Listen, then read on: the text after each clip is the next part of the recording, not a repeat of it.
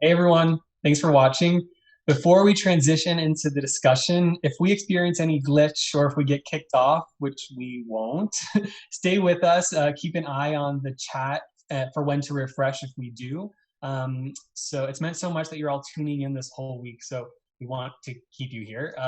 And we're working on including your comments and questions a little bit more prominently in this discussion. So in about 15 minutes, I'll chime in with whatever you want to address to our guest today. I'm happy to welcome him, Professor at NYU, Fred Moten. I'll hand it over to you, Netta. Thanks. Hi again, everybody. Hi, Fred.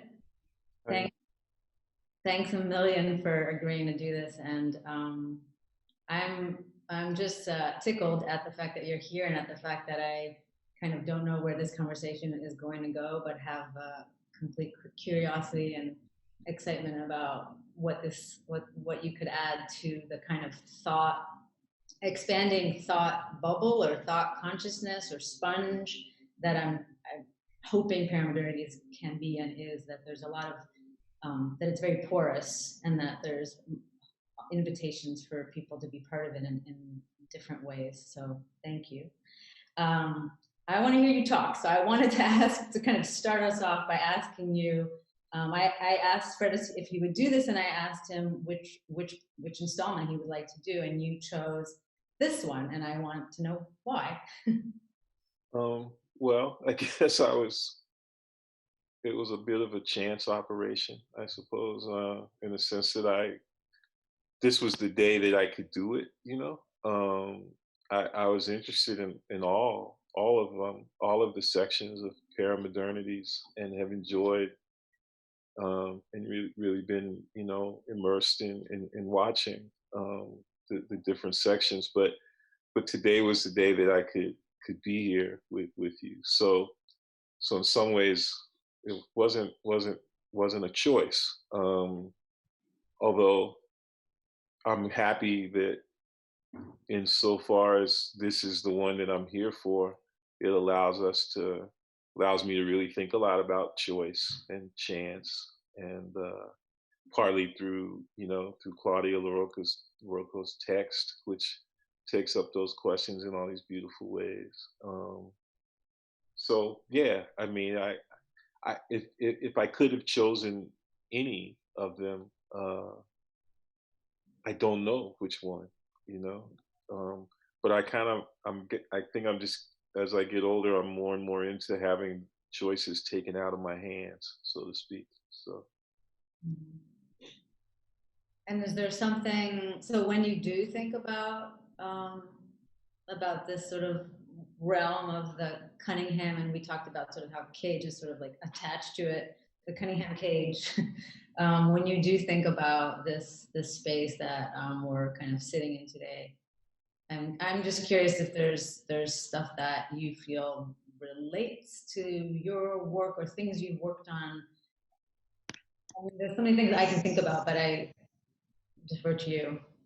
Well, it's funny. As we were talking, you know, I've never been a huge fan of Cage and of Cage's music, or his writing. Let's just say Cage, the composer, whether it's in musical language or just regular, you know, language, has never been, you know, a huge thing for me. Never been something that I just was in love with.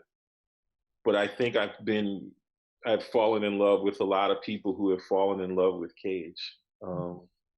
So the writer Joan Retalic, who's one of my favorite poets and thinkers, has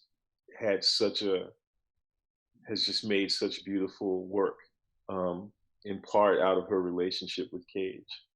And I think also maybe even in part out of her extension and engagement with Cage's methods. And Anthony Braxton, you know, a great musician and composer, he has this intense relation to Cage.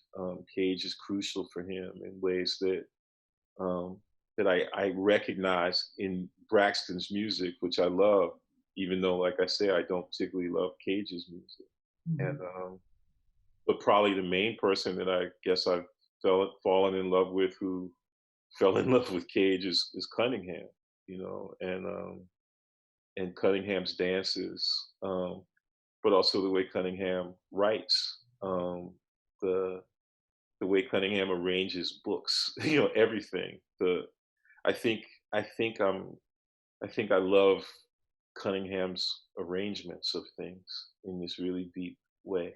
And so it was really great to watch this dance, and also to listen to the dancers, and particularly to think about what it meant to have access to a catalog, of Cunningham's movements and stances and positions and depositions and appositions, and to have the names for them, and to be able to think through the implications of those names, and to kind of have a little bit of a moment, really, where it felt like maybe I could be there with him without having Cage mediating between us in a certain kind of way, which for me has sometimes seemed difficult. So the absence of music and Paramodernities are sort of like the attention we placed on the particularities of that vocabulary and that repertoire. And really, myself and Marc and Brittany, the work we're doing, is the way I think about it in Paramodernities, we're theorizing about Cunningham through the way that we're engaging with and also disrupting, sometimes very subtly, the way that the movements should be performed, whether it's in the way that dancers are using weight, and the way they're using arrival. They're either trying to adhere to this sort of ideology or like the technique of Cunningham aesthetic, or they're trying to subvert it. And I guess I'm really thinking about that right now, about what you're saying, that we really did think about Cunningham in our bodies in that way, and we didn't, not so much always in relationship to Cage. Yeah, well, maybe catalog is a cool word. Maybe paralog would have been an even better word, in the sense that a catalog or a word book or a vocabulary book implies maybe a kind of imperative to get it right, to maintain a kind of fidelity to the original. And I kind of feel like that word para, in the title, is always going to give us a chance to engage with things in a deviant way. And a deviance doesn't mean disrespect, and it doesn't mean hate. It just means you have to come to it in a different way. And I was reading about the process that you engaged in making these dances, particularly with regard to the balance sheen, and that you had to come at things your own way, or the way you were talking about you had to learn the Martha Graham contractions again, anew, in a different way, outside of the context of that kind of strict pedagogy. So that kind of, well, I guess, to be perfectly honest, that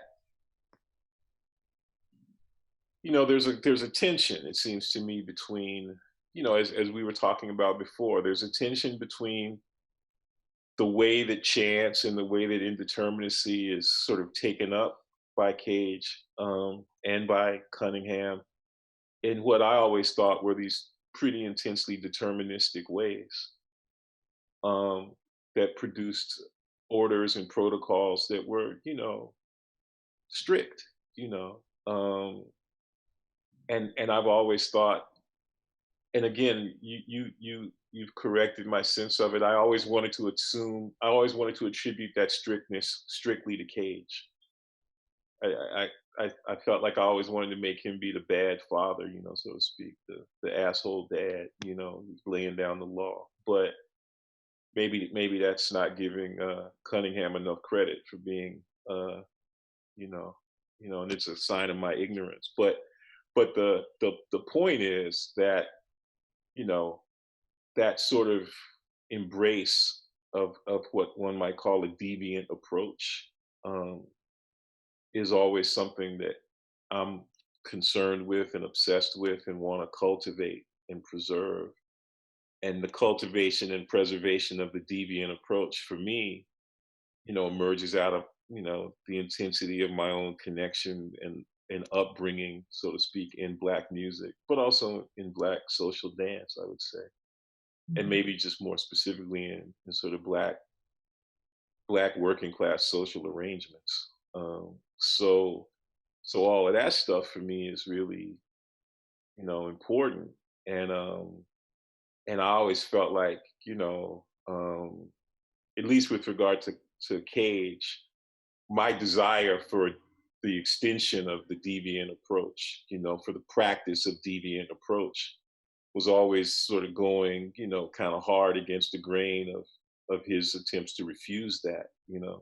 I mean, the story that always comes back to my mind is, this sort of famous or infamous, depending on how you look at it, story of Julius Eastman doing a sort of a performance of a Cage piece, and Cage just being really pissed off because of the way in which Eastman tied it so explicitly to sexuality, in a way that, into a certain kind of personal thing that Cage didn't want to get at. So anyway, to make a long, boring story short, I'm just, I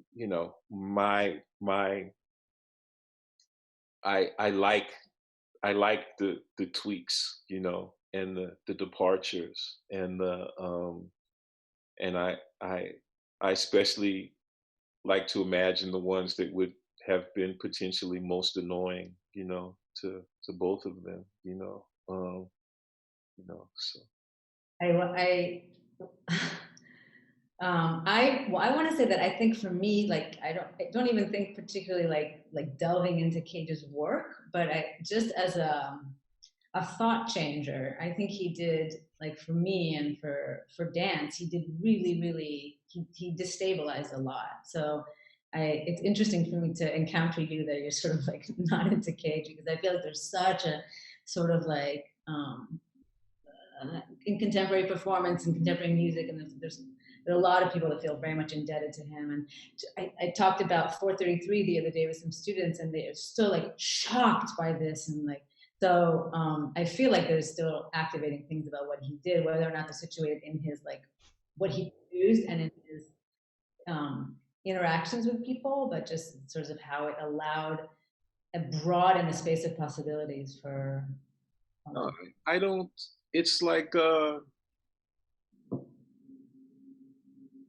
maybe the better way to put it would be that Cage's work does not move me, Yeah. but I am certainly, moved by what I guess one might call the Cage effect, so, and it's not only that I'm moved by it, but I have to move within it, it's not like it's not an avoidable thing. And I don't want to avoid it. I just wanted to approach it in a deviant way. But so the question is, does the tremendous influence that Cage has, is it an effect of adherence to Cagean principles, or is it an effect of deviance from Cagean principles? Maybe it's, I don't know, but see, this is the bad part of it. We're supposed to be talking about Cunningham, and here we are talking about Cage. I know. I have a question. Break out of this Cage. That somebody chimed in. Fred, how do you think about writing poetry in relation to choreography?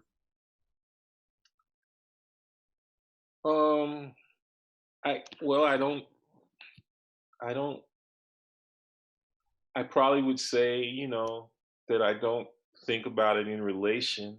But I would say, that the writing of poetry and the writing of movement, let's say, are really entangled with one another, in ways that, on the most basic level, in terms of composing, it's just, part of what it is for me, at least, to write poetry is to move, so to speak, across and down a page.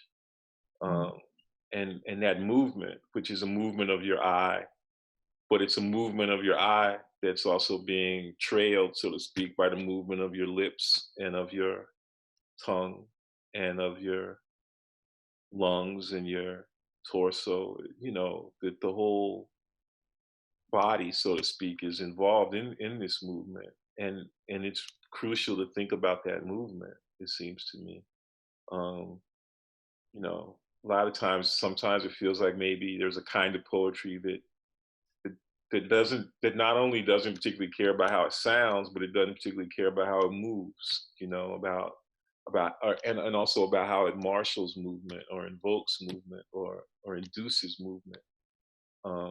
And so, yeah, I wanna have that sense of writing movement, and hopefully writing movement in such a way that also fosters, you know, and allows a deviant approach and a deviant departure from it. You know, but I do think that the writing of movement and the writing of words are inseparable. Mhm. I talked a little bit with Tracy about this yesterday, but just like well, I think that dance just as such, or it's deviant in our culture because it's such a language-based culture, and I want to sort of uphold the power of like people doing weird things with their bodies and that being meaningful in ways that we can't quite capture.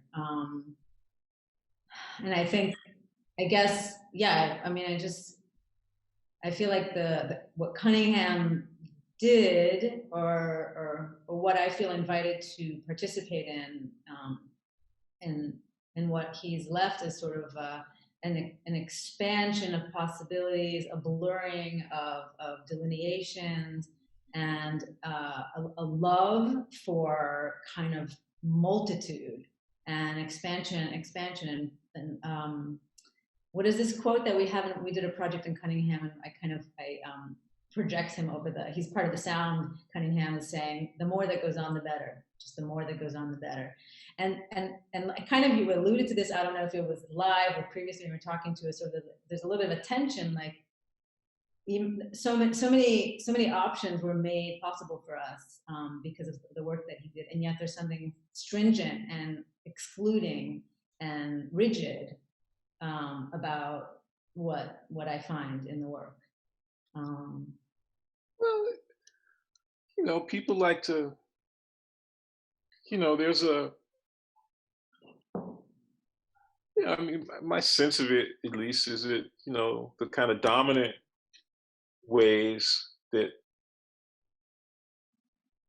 people think about aesthetics, you know, are regulatory ways, you know.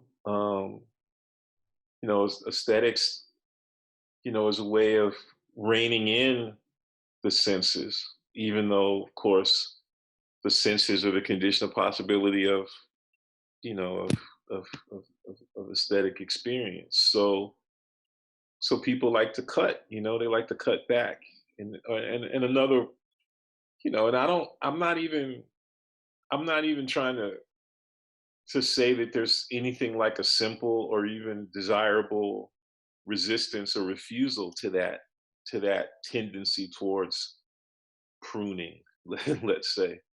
It's just that you have to always kind of love to deal with the fact that the pruning is unsuccessful, right? You can try to get rid of more, you can try to rein it in, you can try to hold it back, but it's coming. It's coming. Now, and the question then will be, you know, what's your ethical response going to be, you know, to that? It doesn't mean that there isn't this whole complicated, you know, logic, you know, and rationality, and also rationale, you know, for pruning, for arranging, for careful, you know, solicitation and managed forms of disruption and all of that, you know, of something that would be perceived of as natural growth, you know. But the fact of the matter is that there has to be an ethics of that pruning, an ethics of cutting, an ethics of arrangement that that has as its most sort of fundamental element the necessity for the maintenance of the life of the thing that moves and grows. Okay, so now maybe the simple way to put that is yeah, you know, you might have something in mind, you know, you might have a set of ideas that you want to sort of be something like a guiding principle for what the group does or for what the ensemble does or for what you're going to think about or write about that day. But you have to be open to it going another way. You know, you have to be. You have to be open to that.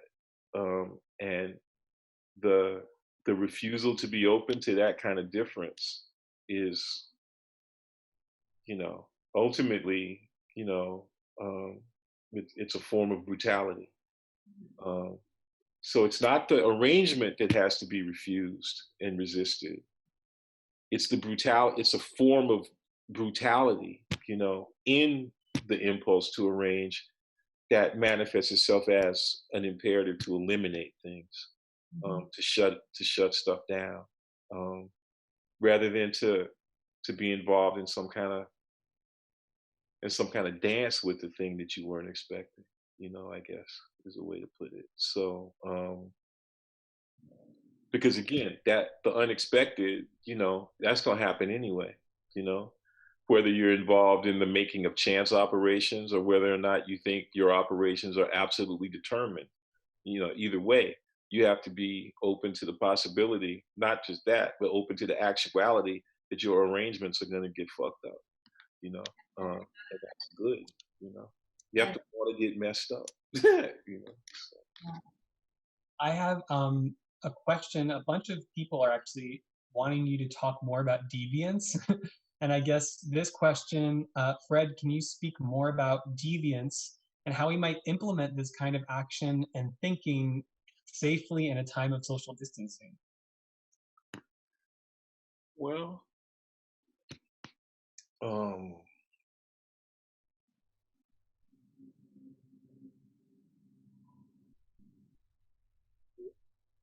you know, one word for deviance, you know, is another word for deviance is criticism. So, which is just, you know, paying close enough attention to a thing, okay, to see how it ends up, again, you know, altering the arrangements that were imposed on its own making, okay? So I think, you know, like Marc says, you know, in the 1844 manuscripts, that when communism comes, we'll get up, you know, in the morning and farm and, you know, gather our, you know, wheat or our apples or whatever. And then in the afternoon, we will engage in criticism. Okay. So, so I believe that, you know, the way that we can engage in deviance, you know, in an age of social distancing is to continue to engage in criticism, you know, which is not the same thing as critique. Criticism is, you know, or at least not the same thing that critique seems to be nowadays, you know. Criticism is about how you pay attention to what you love as much as it's about how you pay attention to what you hate, you know. But then the other thing I would say, you know, and I appreciate the question and I love the question, you know, but I have to deviate, at least from what I think my sense of the, of some of what the question implies, because I've never lived in anything other than a time of social distancing, you know. I mean, on the one hand, one technical term that's a lot more precise and a lot more accurate and a lot more honest for social distancing is segregation. Okay.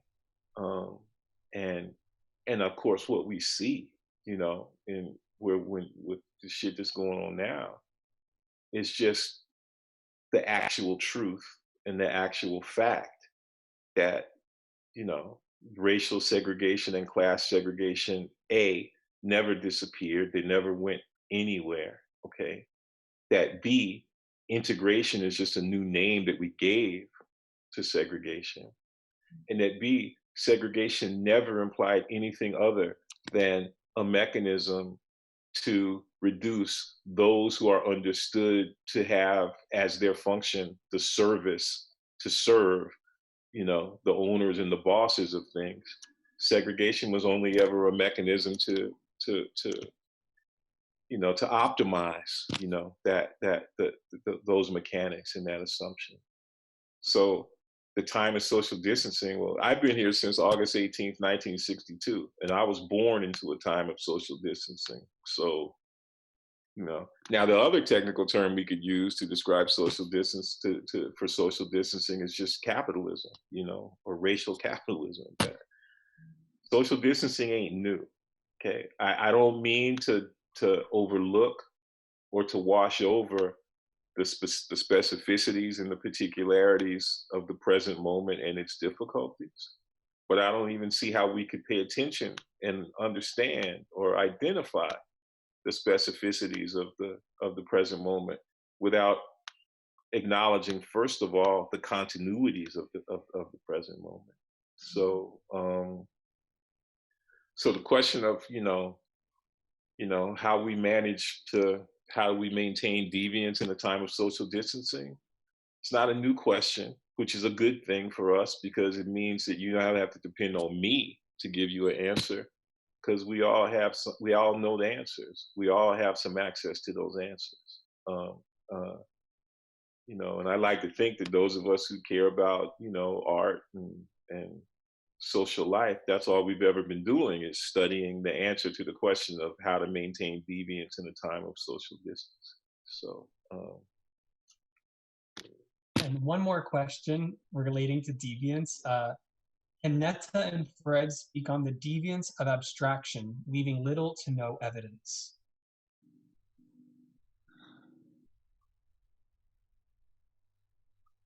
that's a good question, but I don't understand it. Does she want us to leave little or no evidence of our having answered the question, or is that deviance of abstraction, comma, leaving little to no evidence, ...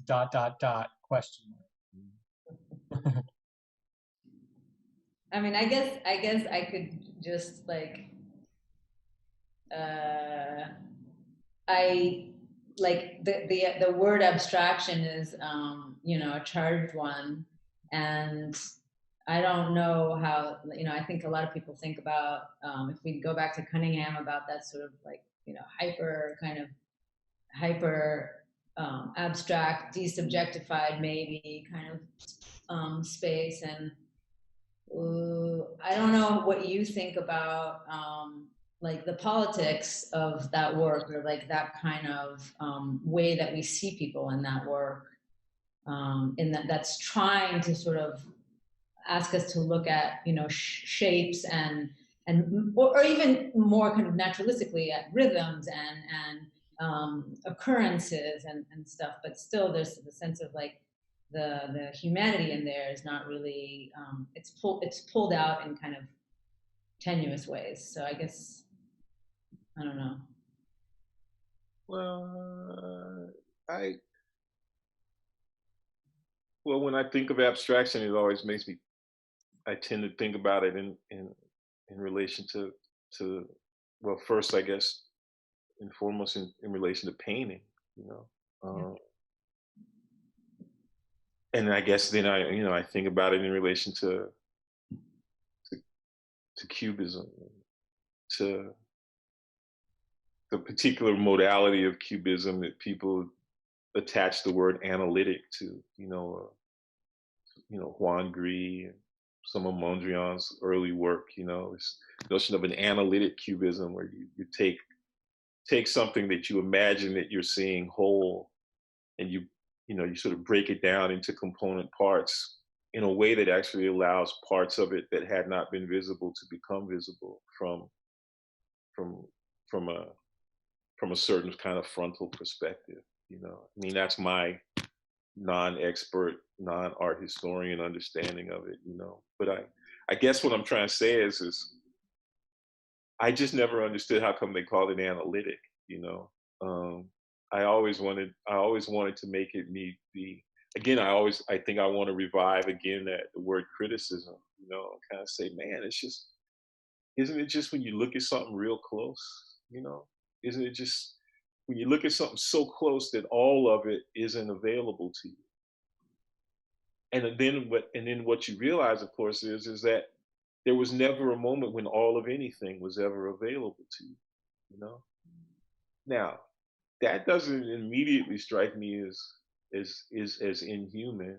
You know, it just feels like, man, I was, you know, when I was looking at, and especially, you know, when at one point when Claudia says something about your solo at the end, Marc, and you're like, you know, this is a solo. What is it? No space or something, you know, but this solo is supposed to be the one where your pelvis doesn't move. Yeah.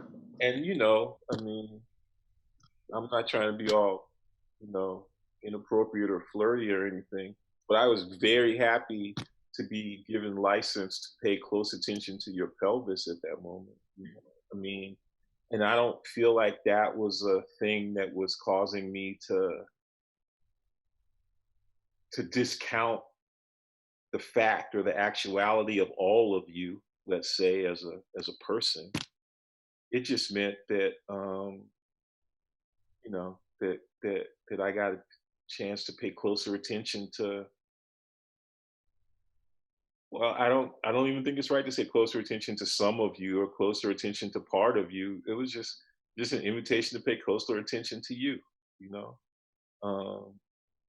And an invitation at the same time to pay closer attention to the dance, to pay closer attention, you know, to Netta, to pay closer attention to everything that was going on, you know, without the pressure, you see, of imagining that I was ever going to have it all, you know, you know, which is, so for me, when I think of abstraction, I think of it that way, as a release, you know, from a certain kind of uncritical, problematic notion of realism or naturalism that is always operating in the illusion that whatever it is being paid attention to is graspable as a whole. Right.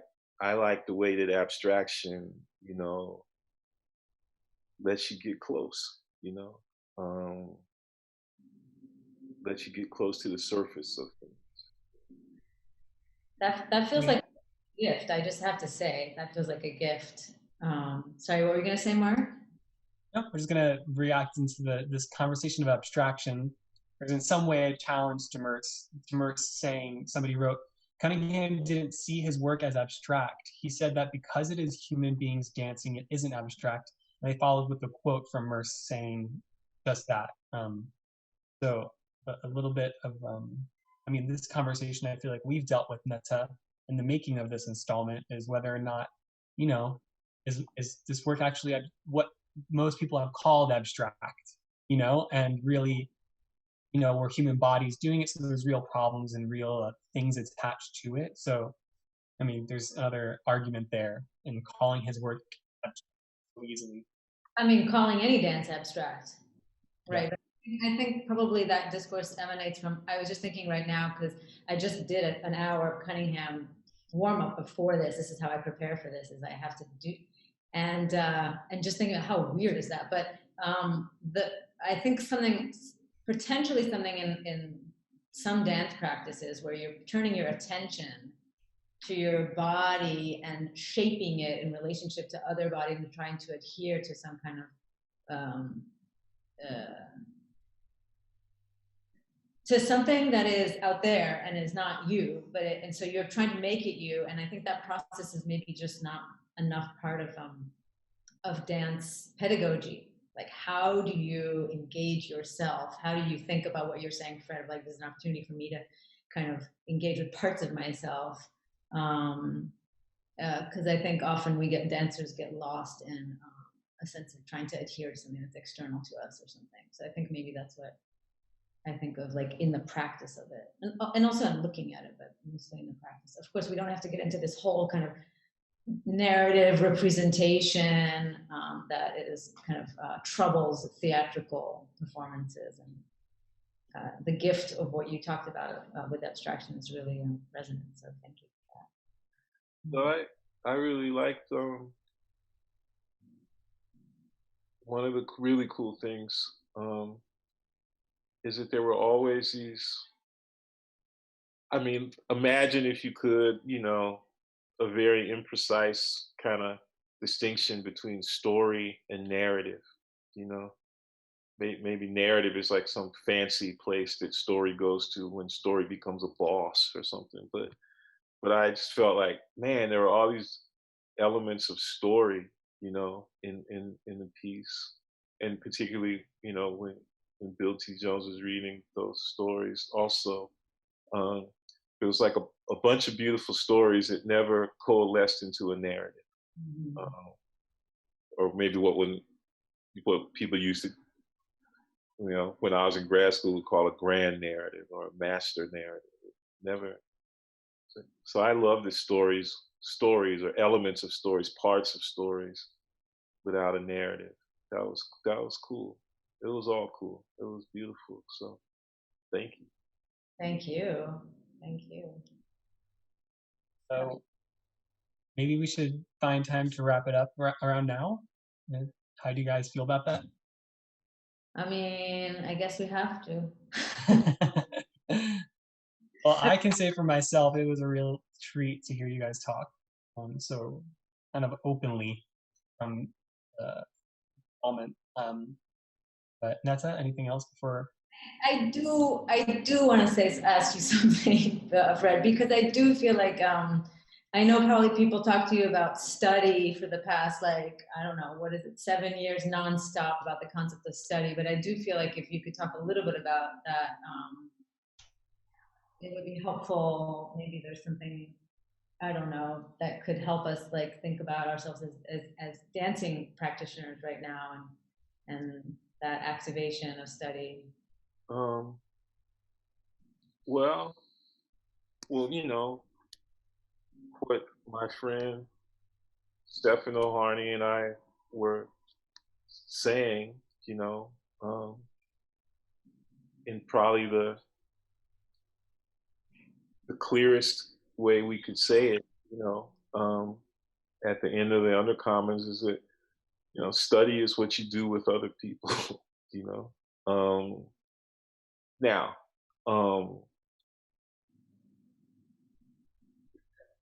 it strikes me that it always has some kind of choreographic element to it, you know, like, which is to say, not only is there an element of movement, but there is an element of this constant arrangement of movement, just in walking down the street, you know, just the miracle of a whole bunch of people walking down the street together is something that, you know, ought to be constantly, you know, praised, you know, it seems to me.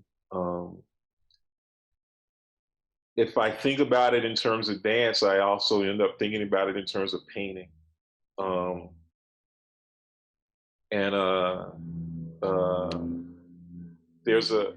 There's a famous painting by Bruegel, I think, called the Kermesse, which I love. William Carlos Williams writes about it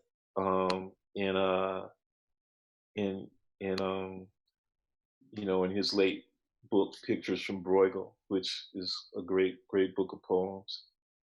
And then there's another really great painting that probably a lot more people have seen than than the Bruegel painting, and it's equally great, and maybe even greater because a whole lot more people have seen it. And that painting is called Sugar Shack by the artist Ernie Barnes. And you would either have seen it because it's the painting on the cover of Marvin Gaye's album I Want You, or you would have seen it because it's a painting that's in the background of the opening shots of the old TV series Good Times, and it was sort of fictionalized in that show as one of J.J. Evans's paintings, because you remember J.J., who was sort of the star of the show, was a painter in the show, his character.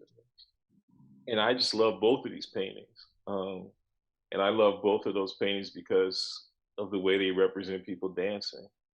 And the way they represent people dancing seems to me to be very much along the lines of what I think Stefano and I were talking about in terms of people doing stuff together.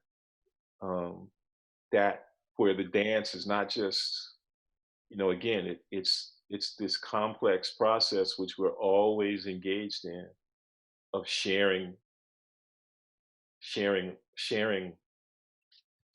place, sharing music, sharing,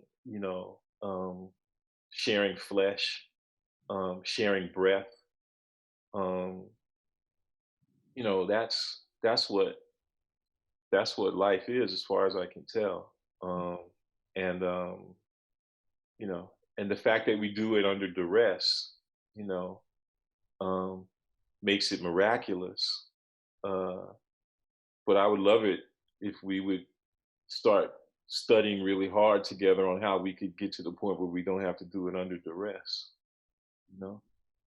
and that's going to take a fight, but I don't know. I feel like we're ready for it. So need it. Yeah. Marc, did you have something? No, I think we're just about to need to close up shop. Thank you, Fred, so much. All right, thank you. It was fun, man. Thank you too, Marc. Appreciate it. Thanks, Fred. And to everyone who chatted today, you can watch this live stream along with everyone that's been with us so far this whole week just by heading to the archive icon on your right side. The whole series is provided with audio description and closed captioning features, and they'll be available until Sunday, May 24th. Also, if you're able to make a donation, the money will go directly to the amazing cast of Paramodernities, which numbers 20 people total. So we hope you can join us again tomorrow, where we'll be screening Paramodernities number 5, All That Spectacle, Dance on Stage and Screens, a response to Bob Fosse's 1969 film, Sweet Charity, followed by a discussion between Netta and playwright Jeremy O. Harris. So stay safe out there and have a good rest of your day. Goodbye. Thank you.